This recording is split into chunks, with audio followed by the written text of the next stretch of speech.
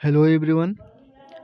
आज हम लाए हैं आपके लिए आपके आसपास की चीज़ों को जानने के लिए, जो कि आपका चैप्टर है, 9th का चैप्टर है। पहला चैप्टर है। पहला चैप्टर क्या है? मैटर, पदार्थ, हमारे आसपास के पदार्थ। अब ये चीज़ें कैसे क्लियर होंगी? चैप्टर तो बड़ा है आपका, और आपको किताब भी नहीं देखना है, ठीक है? देखने का मन नहीं करता, वीडियो तो देखने का मन करता है, तो उससे क्लियर हो जाएगा। बस आपको अगर वीडियो देखते नहीं तो सुन लीजिए, पूरा सुन लेंगे तो आपका पहला चैप्टर पूरी तरह से क्लियर हो जाएगा, आपके सारे डाउट क्लियर हो जाएंगे, ठीक है? आपको रटना नहीं पड़ेगा। इस वीडियो में सारे क्वेश्चन को, जो इम्पोर्टेंट इम्पोर्टेंट क्वेश्चन, उनको कवर किया गया है, उनकी परिभाषा दी गई है। तो चलिए शुरू करते हैं। पदार्थ। पदार्थ क्या होता है? मैटर। पदार्थ हुआ सब कुछ है जो जगह घेरता है, जिसको वजन किया जा सकता है। दूसरे शब्दों में आपको बता दूं, पदार्थों में क्या होता है? वॉल्यूम होता है और मास होता है, यानी द्रव्यमान और आयतन होते हैं, ठीक है? ब्रह्मांड में कई अलग अलग पदार्थ हैं या पदार्थ के प्रकार हैं। चलिए मैं दूसरे बता देता हूँ। ऐसा कुछ भी जिसमें घनत्व होता है, जो स्थान घेरता है, ठीक है, जिसे हम एक या एक से अधिक इंद्रियों द्वारा महसूस कर पाते हैं, वह पदार्थ यानी मैटर कहलाता है, ठीक है? तो मैटर पदार्थ आपको पता चल गया, परिभाषा पता चल गया। अब चलिए उसके बेस पर क्या करते हैं, क्वेश्चन को देखते हैं, जो आपके एग्जाम में क्वेश्चन आते हैं। तो चलिए शुरू करते हैं। उससे पहले वीडियो को आप लाइक ज़रूर कर दीजिएगा और चैनल को सब्सक्राइब कर लीजिएगा, क्योंकि आपके एजुकेशन से रिलेटेड अच्छे अच्छे वीडियो इस पे आपको मिलने वाले हैं। तो चलिए शुरू करते हैं। पहला क्या है? निम्न में से पदार्थ छांटो, ठीक है? इसमें से पदार्थ छांटना है, मैटर छांटना है। पहला, कुर्सी, आयु, स्नेह, गंध, घृणा, बादाम, विचार, गति, शीतल पेय, इत्र की सुगंध। इनमें से हमें पदार्थ छांटना है। पदार्थ क्या है? तो पदार्थ क्या है? कुर्सी है, वायु है, बादाम है, शीतल पेय पदार्थ है, ठीक है? यानी जिसमें जगह घेरती है जो चीज़ें, वो आपका क्या है? जिसमें द्रव्यमान होता है, वो पदार्थ है। अगला क्वेश्चन चलिए देख लेते हैं। इंपॉर्टेंट क्वेश्चन है, आपके चैप्टर में आता है, जो कि आपके चैप्टर को कवर किया जा रहा है, ठीक है? गर्मा गर्म खाने की गंध कई मीटर से दूर ही आपके पास पहुंच जाती है, लेकिन ठंडे खाने का महक हमें लेने के लिए उसके पास जाना पड़ता है। ये तो आपने अनुभव किया ही होगा। आंसर देख लो इसका। किसी पदार्थ की गंध या महक हमें तब अनुभव होती है जब गंध के कण वायु में मिश्रित होकर हमारी नाक तक पहुंचते हैं। यह भी जानते हैं कि कणों का विसरण किसी मध्यम से उच्च ताप पर अधिक तथा निम्न ताप पर कम होता है, यानी ताप जब ज़्यादा होगा तो उसका विसरण ज़्यादा होगा, और कम ताप होगा तो विसरण कम होगा। इसलिए गर्मा गर्म खाने की तेज गंध हमारे कई मीटर दूर से भी पहुंच जाती है, और ठंडे खाने का हमें उसके पास जाना है, तब पता चलता है कि हाँ खाना है, ठीक है? अगला क्वेश्चन देख लीजिए। इंपॉर्टेंट क्वेश्चन है, आपके चैप्टर में जरूर आता है चीज़। स्विमिंग पूल में गोताखोर पानी काट सकता है, इससे पदार्थ का कौन सा गुण प्रेक्षण होता है? तो इसका आंसर आप सुन लीजिए, ठीक है? आप सुन लीजिए इसका आंसर। स्विमिंग पूल में गोताखोर पानी काट पाता है क्योंकि जल के कणों के मध्य आकर्षण बल, ठीक है, फोर्स होता है, ठीक है? तो उसके कारण वो पानी काट सकता है। अगला है, पदार्थों के कणों की विशेषताएं क्या होती है? यहाँ पे मैटर की विशेषताएं पूछ रहा है, कणों के उनके। तो पहली विशेषता होता है, पदार्थ के कणों के मध्य एक आकर्षण बल उपस्थित होता है। दूसरा है, पदार्थ के कणों के मध्य क्या होता है? रिक्त स्थान होता है पर्याप्त मात्रा में। तीसरा है, ये निरंतर गतिशील होते रहते हैं। और चौथा है आपका, पदार्थ के तीन रूप होते हैं। वैज्ञानिकों ने पदार्थ को दो भागों में बांटा, फिजिकल एंड केमिकल। तो यहाँ पे हमें सिर्फ फिजिकल पढ़ना है, तो फिजिकल क्या होगा? ठोस, द्रव और गैस होगा, ठीक है? ये आपके चार गुण हैं पदार्थ के कणों के। क्वेश्चन नंबर 5 है, अगला देख लीजिए। किसी तत्व के द्रव्यमान के प्रति इकाई आयतन को घनत्व कहते हैं। घनत्व बराबर क्या होता है? द्रव्यमान एन आयतन। घनत्व बढ़ने के साथ निम्नलिखित को आरोही क्रम में लिखो। यहाँ कुछ चीज़ें दी गई है, उसको लिखा है कि घनत्व के बढ़ते हुए आरोही क्रम में लिखना है। तो चलिए लिख देते हैं। पहला आपका घनत्व के बढ़ते हुए क्रम में पदार्थ में होगा वायु, फिर चिमनी का धुआं, फिर रुई, फिर पानी, शहद, उसके बाद होगा आपका लोहा, ठीक है? तो यह आपका क्लियर हो गया क्वेश्चन नंबर 5। और छठा है क्वेश्चन, देख लीजिए। अगर आप चैप्टर पूरी तरह से सुनते हैं, लेक्चर सुनते हैं, तो आपका चैप्टर पूरी तरह से क्लियर हो जाएगा, बशर्ते आपको देखना पड़ेगा, थोड़ा सा समय देना पड़ेगा, ठीक है? यहाँ पे देख लीजिए, पदार्थ की विभिन्न अवस्थाओं के गुणों में होने वाले अंतर को तालिकाबद्ध कीजिए, ठीक है? इसके दो ऑप्शन है, पदार्थ के विभिन्न अवस्थाओं में निम्नलिखित अंतर पाए जाते हैं, ठीक है? इनके कुछ आपके हो जाएंगे। परिभाषा, शीर्षता, दृढ़ता क्या है? पदार्थों का वह गुण है जिसके कारण बाह्य बल लगाने पर भी पदार्थ अपना आकार नहीं बदलते, परंतु बल लगाने पर वे टूट जाते हैं। जैसे ठोस पदार्थ दृढ़ होते हैं, यानी मजबूत होते हैं। ठीक है। दूसरा है संप्रेयता। संप्रेयता का अर्थ है पदार्थ पर बल लगाने पर उसके कण एक दूसरे के समीप आ जाएं, जिससे उसका आयतन कम हो जाए। ठोस पदार्थों को तथा द्रवों का संपीड़न नहीं किया जा सकता है। गैसों को आसानी से संपीड़न किया जा सकता है, यानी इकट्ठा किया जा सकता है। ठीक है। गैसों को, ठोस जो होगा उसको दबाया नहीं जा सकता। तीसरा आपका है तरलता। तरलता का अर्थ होता है बहाव। वह चीज़ें जो बह सकती है, तरल द्रव, ठीक कहलाते हैं। जैसे कुछ पदार्थ आसानी से बह सकते हैं, जैसे जल, दूध, और कुछ पदार्थ धीरे से बहते हैं, जैसे शहद और ग्लिसरीन आपके। ठीक है। तो कहते ही उनको तरलता ही कहते हैं। ठीक है। अगला है बर्तन में गैस का भरना। इसका देख लीजिए, गैसों को आसानी से संपीड़ित किया जा सकता है, यानी इकट्ठा करके भरा जा सकता है। इसलिए गैसों में अत्यधिक आयतन को एक कम आयतन वाले सिलेंडर में संपीड़ित करके भरा जा सकता है। जैसे द्रवित एलपीजी, अस्पतालों में दिए जाने वाले ऑक्सीजन सिलेंडरों में भी संपीड़ित करके गैस को भरा जाता है। इसी प्रकार सीएनजी को भी अधिक ताप पर गैस सिलेंडरों में भरा जाता है। ठीक है। पांचवा है आकार। यदि पदार्थ के कणों के बीच आकर्षण बल बहुत अधिक हो तो उनका आकार निश्चित होता है। जैसे ठोस पदार्थों का आकार निश्चित होता है, परंतु तरल पदार्थों के आकार निश्चित नहीं होते, क्योंकि अगर आप छोटे से कटोरे में रखोगे तो उस आकार के हो जाएंगे, आप बड़े से बाल्टी में रखोगे तो उस प्रकार के हो जाएंगे। लेकिन ठोस के होते हैं उनके आकार थोड़ा निश्चित होते हैं, क्योंकि अलमारी रखी होगी तो आप उसे वो अलमारी की ही आकार में रहेगा। ठीक है। अगला है छठा है गतिज ऊर्जा एवं घनत्व। तो पदार्थ के कण सदैव गतिशील रहते हैं। जो मैटर के आपके कण होते हैं क्या होते हैं? सदा गतिशील रहते हैं, जिसके कारण उनमें गतिज ऊर्जा होती है। यानी गत करेगी तो कोई ऊर्जा तो होगी ही, तो गतिज ऊर्जा होती है। ठोस पदार्थों के कणों की गतिज ऊर्जा बहुत कम होती है।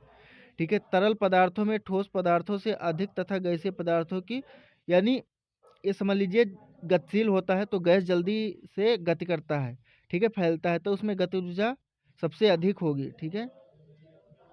घनत्व किसी पदार्थ के एक इकाई का आयतन द्रव्यमान होता है। सामान्यतया ऐसे पदार्थ का घनत्व अधिक होता है। गैसीय पदार्थों के कणों के मध्य खाली स्थान बहुत अधिक होता है। इनकी गतिज ऊर्जा भी बहुत अधिक होती है, परंतु इनका घनत्व ठोस तथा द्रव की अपेक्षा बहुत कम होता है। ये समझ गए? यहाँ पे देख लीजिए। ठीक है। अगला क्वेश्चन है आपका, यहाँ पे कारण पूछा जा रहा है। कारण बताइए। ठीक है। गैस पूरी तरह से उस बर्तन को भर देती है जिसमें इसे रखते हैं। कारण बताइए क्यों? गैस बर्तन की दीवारों पर दबाव डालती है। क्यों? लकड़ी की ठोस मेज कहलाती है। क्यों? हवा में हमें आसानी से अपना हाथ चला सकते हैं, लेकिन एक ठोस लकड़ी के टुकड़े में हाथ चलाने के लिए हमें कराटे में दक्ष होना चाहिए। तो पहला देख लेते हैं, ये है गैस पूरी तरह से उस बर्तन को भर देती है जिसमें हम उस बर्तन को रखते हैं, क्योंकि उच्च गतिज ऊर्जा तथा नगण्य, नगण्य में स्वतः नहीं, आकर्षण बलों के कारण गैस के अणु उच्च वेग से सभी दिशाओं में गतिशील होते रहते हैं। ये तो आपका हो गया पहले का आंसर। अब बी आंसर देख लेते हैं। तेजी से गति करते हुए तेजी से गति करते हुए जब गैस के अणु बर्तन की दीवारों से टकराते हैं तो वे दाब डालते रहते हैं। यानी कोई चीज़ जब तेजी से टकराया किसी को तो उसे दाबेगा, धकेलेगा। ठीक है। गैस द्वारा डाला गया दाब तेजी से गति करने वाले गैस अणुओं के बर्तनों की दीवारों से क्या होते हैं? टकरा जाते हैं। ये आपका दूसरा हो गया। ठीक है। तीसरा देख लेते हैं। लकड़ी की मेज ठोस कहलाती है। अब क्यों कहलाती है? क्योंकि उसका आकार तथा आयतन निश्चित होता है। किसी अलमारी रखी है तो उसका क्या आकार तो निश्चित होगा, आयतन भी उसका निश्चित होगा। अब डी देख लेते हैं। हवा में हाथ आसानी से चला सकते हैं, क्योंकि हवा के अणु आसानी से काटे जा सकते हैं। ऐसा इसलिए होता है क्योंकि कणों के बीच बहुत कम बल लगी होती है, जबकि लकड़ी के कणों के बीच बहुत बहुत कम स्थान होता है। ठीक है। अतः उनके बीच अत्यधिक बल लगा होता है। उसमें हाथ चलाने के लिए हमें कराटे में दक्ष होना पड़ेगा। ठीक है। इसलिए हम हवा में हाथ जल्दी से चला सकते हैं। अगला क्वेश्चन है सामान्यता ठोस पदार्थों की अपेक्षा द्रवों का घनत्व कम होता है। यहाँ पे कहा जा रहा है कि ठोस पदार्थों की अपेक्षा द्रवों में घनत्व कम होता है, कि लेकिन आपने बर्फ के टुकड़े का पानी घर पर तैरते देखा होगा, पता लगाइए ऐसा क्यों? यह कारण पूछ रहा है। तो बर्फ का टुकड़ा पानी पर तैरता है क्योंकि यह अपने अधिक आयतन के कारण द्रव्यमान से अधिक पानी हटा सकता है, इसलिए बर्फ का टुकड़ा तैरता रहता है। बर्फ का आयतन अपने उच्च जल से जिससे वह बना होता है अधिक होता है, इसलिए ठोस की अपेक्षा द्रवों का घनत्व कम होता है। ठीक है। क्लियर हो गया? क्वेश्चन क्लियर ना हो तो आप उसको कमेंट में कीजिएगा, दोबारा बताऊँगा, ठीक है? अब यहाँ पे लिखा निम्नलिखित ताप को सेल्सियस में बदलें। ठीक है, कोई ताप दिया गया है केल्विन को, तो उसमें सेल्सियस में हम कैसे बदलेंगे, तो इसका एक फ़ॉर्मूला है। अगर कोई केल्विन है तो हमें उसे सेल्सियस में बदल के हमें उसमें 273 माइनस कर देना है उतने से। ठीक है, याद रखना, कोई केल्विन में है ताप तो उसको हमें सेल्सियस में बदलना है, तो उसमें हमें 273 माइनस कर देनी है। यहाँ पे भी देखिए हुआ है 300 में से हमने क्या 273 माइनस कर दिया, तो कितना बचा 27 सेल्सियस, ये आपका आंसर हो गया। बी वाला देख लीजिए, इसमें हमने माइनस कर दिया 257 में से 273, तो कितना 200 सेल्सियस हो गया। ये आपका सही आंसर होगा। अगला देख रहे हैं, निम्नलिखित ताप पर जल की भौतिक अवस्था क्या होगी? यहाँ पे 250 डिग्री सेल्सियस और 100 डिग्री पे यहाँ पे पूछ रही है कि भौतिक अवस्था क्या होगी जल की। तो 250 डिग्री ताप पर क्या होगा, गैसीय अवस्था में बदल जाएगा। 100 डिग्री ताप पर जल द्रव गैसीय अवस्था में बदल जाएगा। ठीक है, 11 नंबर क्वेश्चन है, किसी भी पदार्थ की अवस्था परिवर्तन के दौरान तापमान स्थिर क्यों रहता है? सही आंसर होगा आपका, किसी पदार्थ का ताप बढ़ाने पर वह एक निश्चित ताप तथा अवस्था में परिवर्तित करके दूसरी भौतिक अवस्था में प्राप्त कर लेता है। अब इस प्रकार ताप स्थिर रहता है क्योंकि जब अब समस्त ऊष्मा अवस्था परिवर्तन में काम आती है, तथा यह तब तक रहता है जब तक पदार्थ का ऊष्मा अवस्था दूसरी अवस्था में पूर्ण रूप से बदल ना जाए। ऐसी ऊष्मा को क्या कहते हैं, हम गुप्त ऊष्मा कहते हैं। ठीक है, समझ में आ गया? अगर आपके पास नोटबुक है तो नोट भी करते चलिएगा, इंपॉर्टेंट क्वेश्चन है जो आपके पेपर में आएंगे और आपको जानना भी चाहिए, आगे के क्लासों में ये काम आएगा। ठीक है, 12 नंबर क्वेश्चन, वायुमंडलीय गैस को द्रव में परिवर्तित करने के कौन सी विधि सुझाइए? एक विधि पूछा जा रहा है। तो हम जानते हैं कि पदार्थ की अवस्थाएं दाब व तापमान के द्वारा तय होती है। ताप कम करके दाब बढ़ाकर पदार्थ की अवस्था परिवर्तन किया जा सकता है। वायुमंडलीय गैस की ऊपर ऊंचाई पर ताप कम होने के कारण गैस संघनित होकर बादलों में बदल जाती है, जो द्रव की छोटी छोटी बूंदों से मिलकर बना होता है। ठीक है, ये देखिए वायुमंडलीय गैसों को द्रव में परिवर्तित करने का एक ये विधि है। ठीक है, जो द्रव को छोटी छोटी बूंदों से मिलकर बना होता है। क्लियर हो गया? क्लियर ना हो तो आप पॉज करके देख सकते हैं पूरा क्वेश्चन और आंसर। अगला है, गर्म शुष्क दिन में कूलर अधिक ठंडा क्यों करता है? एक आम सा सवाल है, चलिए मैं बता देता हूँ। कूलर के आधार में एक पानी भरने का बर्तन होता है, घनाकार होता है। बर्तन के एक फलक पर पंखा लगाया जाता है और 3 अन्य फलकों पर घास की चटाई। उन पर एक युक्ति का प्रयोग करके पानी गिराया जाता हो। कूलर आपने देखा होगा तो उसमें यही युक्ति होती है। पंखा बाहरी हवा को क्या करता है, अंदर खींचता है और पानी का वाष्पन होता है। वाष्पन की परिभाषा क्या होती है मैं आगे अभी बताता हूँ, पूरा के पूरा टॉपिक क्लियर करूंगा। जिसके लिए उसमें अंदर आने वाली हवा को ग्रहण करता है, हवा ठंडी हो जाती है, इसलिए कूलर ठंडा हवा फेंकता है। ठीक है, अगला है, गर्मियों में घड़े का जल ठंडा क्यों होता है? ठीक है, तो मिट्टी से बने घड़ों में छोटे छोटे छिद्र होते हैं, जिनसे घड़े में भरा पानी रिसकर बाहर आ जाता है तथा वायुमंडल की गर्म वायु के संपर्क में आकर वाष्पीकृत हो जाता है। ठीक है, जल में वाष्प में परिवर्तित होने के कारण आवश्यक ऊष्मीय ऊर्जा घड़े के भीतर वाले जल में प्राप्त होती है। इससे घड़े के भीतर उपस्थित जल ठंडा होता है। तो जो गर्मियों में घड़े के पानी को ठंडा रखता है, तो यह विधि होती है जिसके कारण कि पानी उसमें ठंडा रहता है। ठीक है, समझ में आ गया? अगला क्वेश्चन देख लेते हैं। ठीक है, 15 नंबर क्वेश्चन है, एसीटोन या पेट्रोल या इत्र डालने पर हमारी हथेली ठंडी क्यों हो जाती है? तो इसका सही आंसर होगा, एसीटोन पेट्रोल या इत्र शीघ्रता से वाष्पीकृत हो जाता है। जब इन पदार्थों को हथेली पर डाला जाता है तो यह हथेली से ऊर्जा प्राप्त कर लेते हैं तथा वाष्पीकृत हो जाते हैं। ऊर्जा यानी ताप के रूस से हमारी हथेली ठंडी हो जाती है। तो यह कारण है पेट्रोल या इत्र या एसीटोन हाथ पे डालने से अपनी हथेली क्या हो जाती है, ठंडी हो जाती है। 16 नंबर क्वेश्चन है, कप की अपेक्षा प्लेट से हम गर्म दूध या चाय जल्दी से क्यों पी लेते हैं? तो ये आपने अनुभव किया होगा, होता क्या, इसमें भी वाष्पीकरण होता है। क्योंकि अगर ग्लास में हम लेते हैं तो उसका जो अपना आयतन होता है वो कम होता है, लेकिन वही प्लेट में खुला क्षेत्रफल कप का अधिक होता है, तो इसलिए वो जल्दी से ठंडा हो जाता है। वाष्पीकरण कप की अपेक्षा अपने प्लेटों में अधिक होती है। ठीक है, अगला है, गर्मियों में हमें किस प्रकार के कपड़े पहनने चाहिए? तो गर्मियों में हमें सूती कपड़े पहनने चाहिए। पसीने के वाष्पीकरण के दौरान पसीना हमारे शरीर या आसपास से ऊर्जा प्राप्त करके वाष्प में बदल देता है। वाष्पीकरण की गुप्त ऊष्मा के बराबर ऊष्मीय ऊर्जा हमारे शरीर से अवशोषित हो जाती है, जिससे शरीर ठंडा हो जाता है। चूंकि सूती कपड़ों में पसीने का अवशोषण अधिक होता है, इसलिए हमारा पसीना अवशोषित होकर वायुमंडल में आसानी से आंशिक वाष्पीकृत हो जाता है गर्मियों में। इसलिए हमें इस प्रकार का कपड़ा पहनना चाहिए, सूती कपड़े पहनने चाहिए गर्मी में। ठीक है, अब आगे है क्वेश्चन नंबर 18, निम्नलिखित तापमानों को सेल्सियस इकाई में परिवर्तित करें। अब मैंने पहले ही बताया था, अगर कोई केल्विन में आपका अंक दिया गया है और उसे हमें सेल्सियस में करना है, तो उस अंक में हमें 273 माइनस कर देना है, तो हमारा सेल्सियस आ जाएगा। ठीक है, सेम अभी देखिए आगे है क्वेश्चन नंबर 19, निम्नलिखित तापमानों को केल्विन इकाई में परिवर्तित कीजिए। सेल्सियस दिया गया है, यहाँ पे केल्विन में जो करना है, तो हमें सेल्सियस को 273 से ऐड कर देना है। यानी 25 सेल्सियस था और हमें उसे केल्विन में निकालना है, तो हमें 273 सिंपली ऐड कर देना है। जब हमें सेल्सियस निकाला था तो केल्विन में से हमें 273 माइनस करना था। ये आप याद करिए, हमेशा के लिए हो जाएगा, हमेशा आपको याद हो जाएगा। ठीक है, यहाँ पे भी देखिए 373 प्लस 273 इक्वल टू 646। ठीक है, आपका सही आंसर हो गया। अब देखिए अगला क्वेश्चन है 20 नंबर क्वेश्चन है, निम्नलिखित अवलोकनों हेतु कारण लिखिए। यहाँ कारण पूछा है, नेपथलीन नेपथलीन को रहने देने पर यह समय के साथ कुछ भी ठोस पदार्थ छोड़े बिना अदृश्य हो जाती है।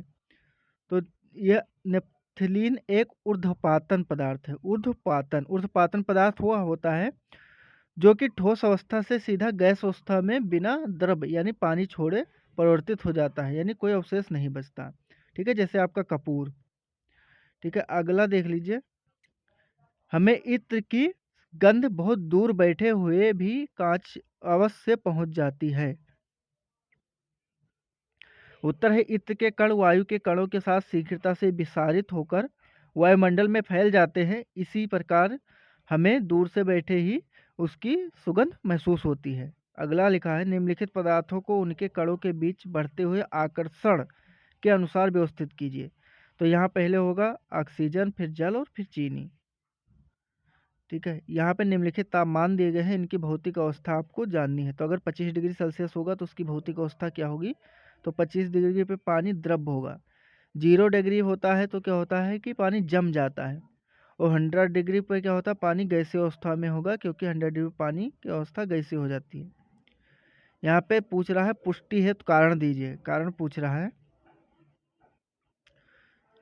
पानी पहला है जल कमरे के ताप पर द्रव है, जबकि दूसरा है लोहे की अलमारी कमरे के ताप पर ठोस होती है। तो आपका सही आंसर होगा, पानी कक्ष ताप पर द्रव होता है क्योंकि इसका कोई निश्चित आकार नहीं होता।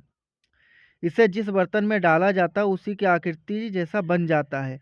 इसका निश्चित आयतन होता है, इसे फर्श पर डालने से ढलान की ओर रहता है।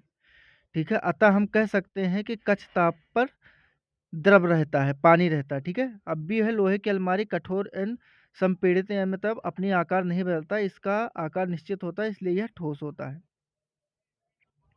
आगे क्वेश्चन है 273 केल्विन पर बर्फ को ठंडा करने पर तथा जल को इसी तापमान पर ठंडा करने पर शीतलता का प्रभाव अधिक क्यों होता है। ठीक है, तो इसका आंसर है 273 केल्विन पर पानी के कणों की अपेक्षा बर्फ की कणों की ऊर्जा कम होती है। फलतः बर्फ वातावरण से अधिक ऊष्मा अवशोषित कर लेता है। यही कारण है कि समान ताप पर होते हुए भी बर्फ पानी की अपेक्षा अधिक ठंडा रहता है।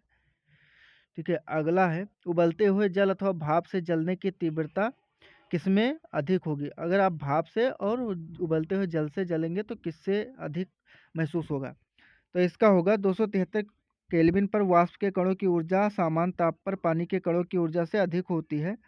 ऐसा वाष्प के कणों द्वारा वाष्पन की गुप्त ऊष्मा के रूप में अतिरिक्त ऊर्जा अवशोषित किए जाने के कारण होती है।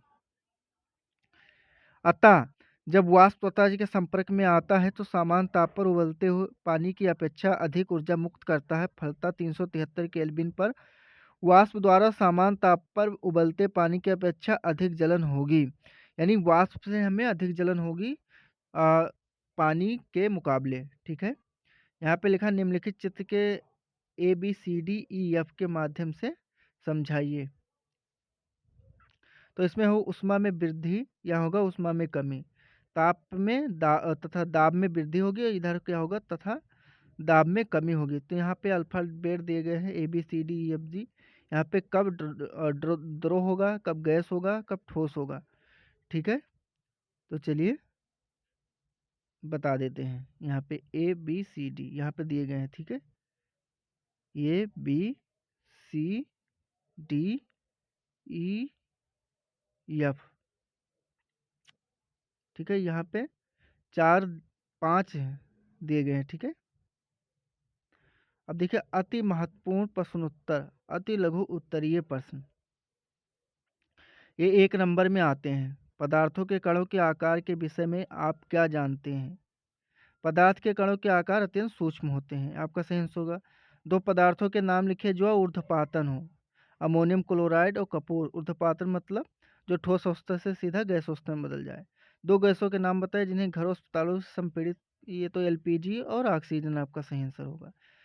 केल्विन पैमाने का जल क्वथनांक तथा हिमांक लिखिए। क्वथनांक होगा 373 केल्विन और हिमांक होगा 273 केल्विन। ठीक है, ये जल का है। निम्नलिखित में से कौन सा पदार्थ का निश्चित आयतन है लेकिन निश्चित आकार नहीं है? आपका सही आंसर होगा जल। निम्नलिखित में से कौन से पदार्थ को आकार व आयतन निश्चित नहीं है? तो यहाँ पे ऑक्सीजन, शर्करा क्रिस्टल, लकड़ी, जल, वायु दिया गया है, तो आपका सही आंसर होगा ऑक्सीजन तथा वायु। आयतन निश्चित नहीं होता।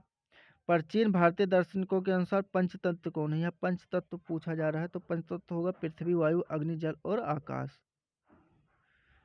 तरल क्या है? 2 उदाहरण दीजिए। तरल कोई भी पदार्थ जो बह सकता है वो अपना आकार बदल सकता है, तरल कहलाता है। ठीक है, जल में घुली ऑक्सीजन का उपयोग लिखिए। जल में घुली ऑक्सीजन का उपयोग श्वसन के लिए होता है। ठोस द्रव गैस में किसकी सांद्रता सबसे अधिक और किसकी सबसे कम? गैसों की सांद्रता सबसे अधिक और ठोसों की सबसे कम होती है। ठोस द्रव गैस की दृढ़ता के बढ़ते हुए क्रम में लिखिए। ठोस द्रव गैस में किसको खुरची जा सकती है? तो यहाँ ठोस को खुरचा जा सकता है, गैस को खुरचा नहीं जा सकता। क्वेश्चन नंबर 13 है, पदार्थों के कणों में गतिज ऊर्जा क्यों होती है? तो इसका आंसर हो, पदार्थों के कण निरंतर गतिशील होते हैं इसलिए इसमें गतिज ऊर्जा होती है। अगला है, आप जल की धार को क्यों नहीं काट पाते? तो इसमें आंसर होगा, जल के कणों के मध्य एक बल कार्य करता है जो कि उन्हें एक साथ बांधे रखता है। ठीक है, एक एक नंबर में क्वेश्चन आते हैं। ठीक है, ये हो गए। अगला देखते हैं, 2 ऑक्सीजनों के उदाहरण दीजिए। 2 गैसों के उदाहरण ऑक्सीजन और हाइड्रोजन। अभी लघुत्तरीय प्रश्न ही ये 2 नंबर में आपके पूछे जाते हैं आपके एग्जाम में। पसीना आने पर हमें पंखे के पास बैठने पर ठंडक क्यों अनुभव होती है? तो इसका सही आंसर, पसीने के वाष्पन के लिए उष्मा शरीर से ली जाती, पंखे में बैठने से वाष्पन की दर बढ़ जाती है और हमें ठंडा महसूस होता है। अब देखिए आर्द्रता क्या है। क्वेश्चन नंबर 2 है, आर्द्रता से आप क्या समझते हैं? वायु के प्रति घन मीटर में उपस्थित जल वाष्प की मात्रा को क्या कहते हैं? आर्द्रता कहते हैं। प्रति घन मीटर में उपस्थित जल वाष्प की मात्रा को हम कहते हैं आर्द्रता। अगला है, ऊर्ध्वपातन की परिभाषा दीजिए। किसी पदार्थ का ठोस अवस्था से सीधे गैसीय अवस्था में बदलना ऊर्ध्वपातन है। मैंने आपको इसे दीर्घ लघु उत्तरीय में भी बताया था।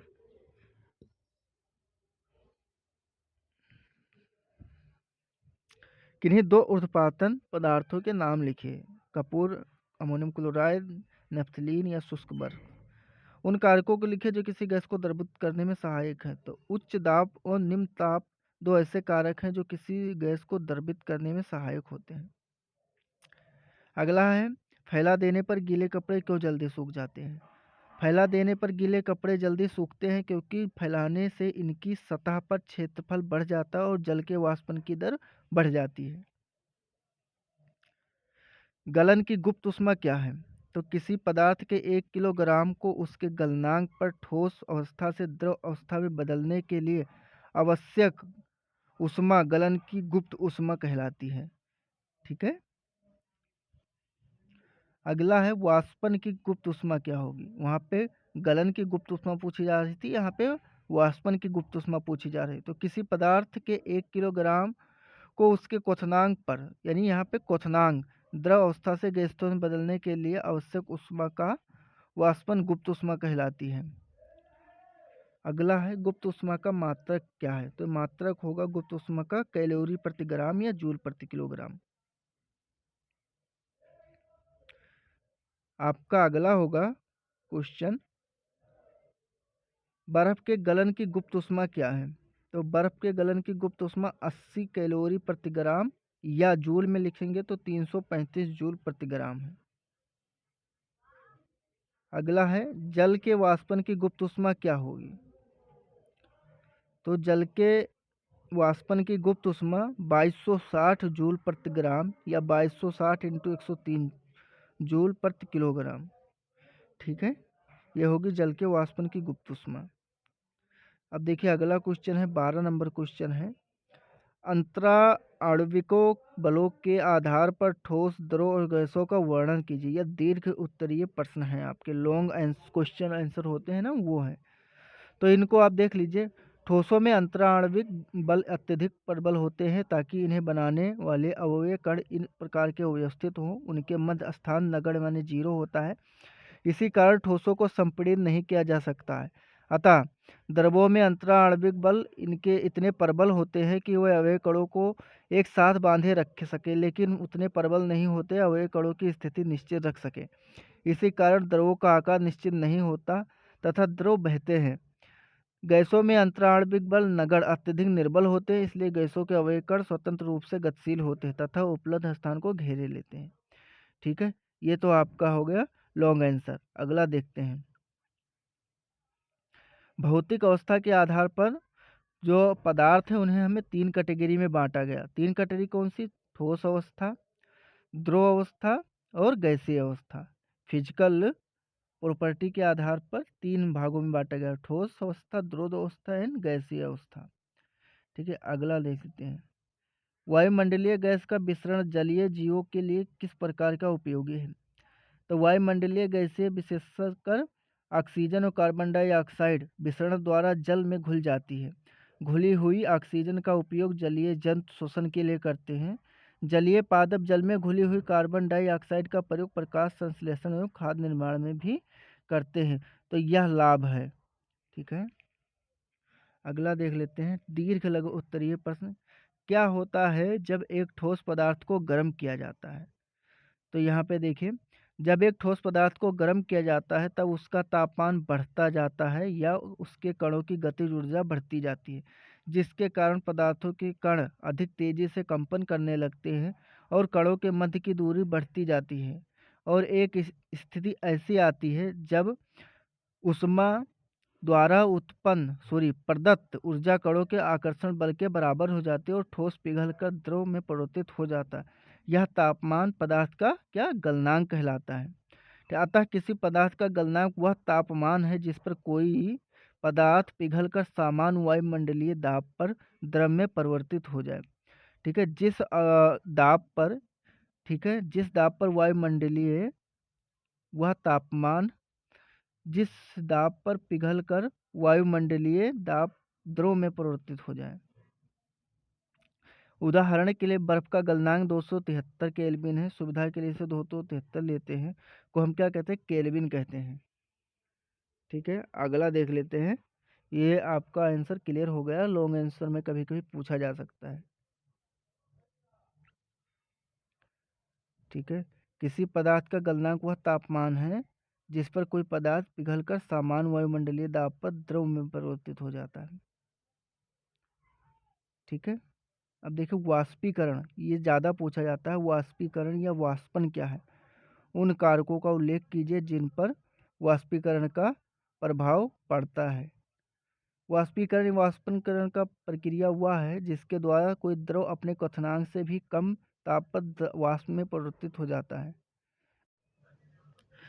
अब पहला होगा इसमें, इनके जो कारक होंगे, द्रव की खुली सतह। द्रव को छोटे या खुली सतह वाले बर्तन में रखने पर वाष्पन की दर कम और चौड़े में अधिक खुली सतह वाले पे अधिक होती है। ठीक है, दूसरा होगा वायु का ताप। वायुमंडल का ताप अधिक होने पर वाष्पीकरण की दर अधिक होती है। अगला होगा वायुमंडल में उपस्थित आर्द्रता। वायुमंडल में उपस्थित आर्द्रता या नमी कम होने पर वाष्पीकरण की दर अधिक और अधिक होने पर कम होती है। अगला होगा वायु की गति में वृद्धि। यह वाष्पीकरण से रिलेटेड जो पॉइंट हैं। जब वायु की गति बढ़ जाती है तो जल वाष्प तेजी से दूर ले जाई जाती है, जिससे आसपास के स्थान में जल वाष्प की मात्रा कम हो जाती और वाष्पन की दर बढ़ जाती है। यह सामान्य अनुभव की जाती है कि तेज वायु में कपड़े जल्दी सूखते हैं। ठीक है, यहाँ पे कुछ राशि मापने योग्य राशियों में एसआई का मात्रक, तो कुछ मापने योग्य राशि है उनके एसआई मात्रक एवं प्रतीक। ठीक है, क्वेश्चन नंबर 3 है। ठीक है, अगला है गैसें बर्तन की दीवारों पर दाब क्यों डालती हैं? संपीड़ित गैसों के समान उदाहरण दीजिए और उनके उपयोग लिखिए। तो उत्तर हो, गैसीय अवस्था में कण सभी दिशाओं में गतिशील रहते हैं और बर्तन की दीवारों से टकराते रहते हैं और बर्तन की दीवारों पर दाब आरोपित करते हैं। सिलेंडर में गैस उच्च ताप प्रेशर पर भरी जाती है, अत्यधिक संपीड़ित होती है। वह गैस संपीड़ित गैस कंप्रेस्ड गैस कहलाती है। अत्यंत उच्च दाब पर संपीड़ित गैस को द्रवित हो जाती है, इसे द्रवीकृत गैस यानी लिक्विफाइड गैस कहते हैं। उदाहरण यानी चलिए उदाहरण से अच्छे से समझ में आ जाएगा आपको। घरों में खाना बनाने के लिए प्रयोग की जाने वाली सिलेंडर में उच्च दाब पर पेट्रोलियम गैस भरी जाती है, जिसे द्रवित पेट्रोलियम गैस लिक्विफाइड पेट्रोलियम यानी एलपीजी कहते हैं। कंप्रेस्ड गैस वो होती है अस्पतालों में प्रयोग की जाती है और मरीजों को दी जाती है जो सामान्य रूप से श्वसन नहीं कर पाते। अब होता है सीएनजी कंप्रेस्ड नेचुरल गैस का उपयोग आजकल एक ईंधन के रूप में किया जाता है। अगला क्वेश्चन है विसरण। ये काफ़ी पूछा जाता है, जल मिलाने में किसका विसरण तेजी से होगा, ठोस या द्रव का? तो चलिए, विसरण एक क्रिस्टल या द्रव की बूंद को जल में मिलाया जाता है तो उसके कण धीरे धीरे समान रूप से जल में फैल जाते हैं। इस प्रकार हम कह सकते हैं कि जब दो अलग प्रकार के कणों वाले पदार्थ संपर्क में होते हैं तो उन पदार्थों के कण स्वतः मिश्रित हो जाते हैं। इंटरमिक्सिंग होना ही विसरण कहलाता है। ठीक है, कणों का स्वतः मिश्रण क्या कहलाता है, विसरण। अतः संपर्क में होने पर दो या अधिक प्रकार के कणों का स्वतः मिश्रित होना विसरण कहलाता है। ठीक है, एक ठोस का दूसरे ठोस में विसरण संभव नहीं है, अत्यंत कम है। एक ठोस का एक द्रव का किसी द्रव में विसरण सामान्य प्रक्रिया है और किसी द्रव का अन्य द्रव में विसरण दर की ठोस अपेक्षा अधिक होती। ताप के साथ ही विसरण की दर भी बढ़ जाती है। ठीक है, अगला है आपका क्वेश्चन नंबर 6। देखिए पॉपुलर क्वेश्चन है, बताइए क्यों गर्मा गर्म खाने की गंध कई मीटर दूर से ही आपके पास पहुंच जाती है, लेकिन ठंडे खाने की महक लेने के लिए आपको उसके पास जाना पड़ता है।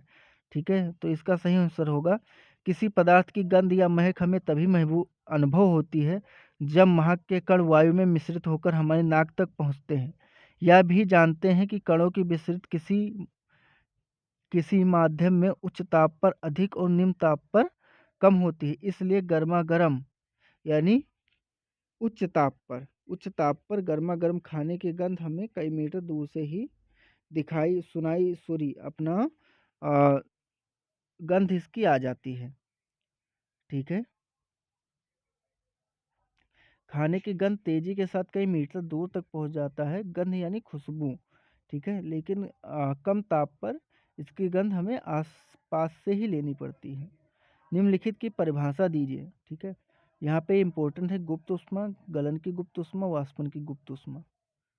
ठीक है, तो गुप्त ऊष्मा किसी ताप पर दी गई ऊष्मा का वह मात्रक है जो पदार्थ को भौतिक अवस्था में परिवर्तित करने के लिए दी जाती है, वह कहलाता है पदार्थ का गुप्त ऊष्मा। अगला है गलन की गुप्त ऊष्मा, वह मात्रा है जो किसी पदार्थ के 1 किलोग्राम को उसके गलनांक पर ठोस अवस्था से द्रव अवस्था में बदलने के लिए दी जाती है, गलन की गुप्त ऊष्मा कहलाती है। बर्फ के गलन की गुप्त ऊष्मा 80 कैलोरी प्रति ग्राम या 335 जूल पर ग्राम होता है। ठीक है, अब अगला होगा वाष्पन की गुप्त ऊष्मा। ऊष्मा की वह मात्रा जो किसी पदार्थ के 1 किलोग्राम को उसके क्वथनांक पर द्रव अवस्था से गैसीय अवस्था में बदलने के लिए दी जाती है, वाष्पन की गुप्त ऊष्मा कहलाती है। भाप या वाष्पन की गुप्त ऊष्मा 540 किलोग्राम या 2260 जूल ग्राम होती है। ठीक है, क्वेश्चन नंबर 8 है, लास्ट है, पदार्थ की अवस्था पर ताप दाब का क्या प्रभाव पड़ता है, स्पष्ट कीजिए।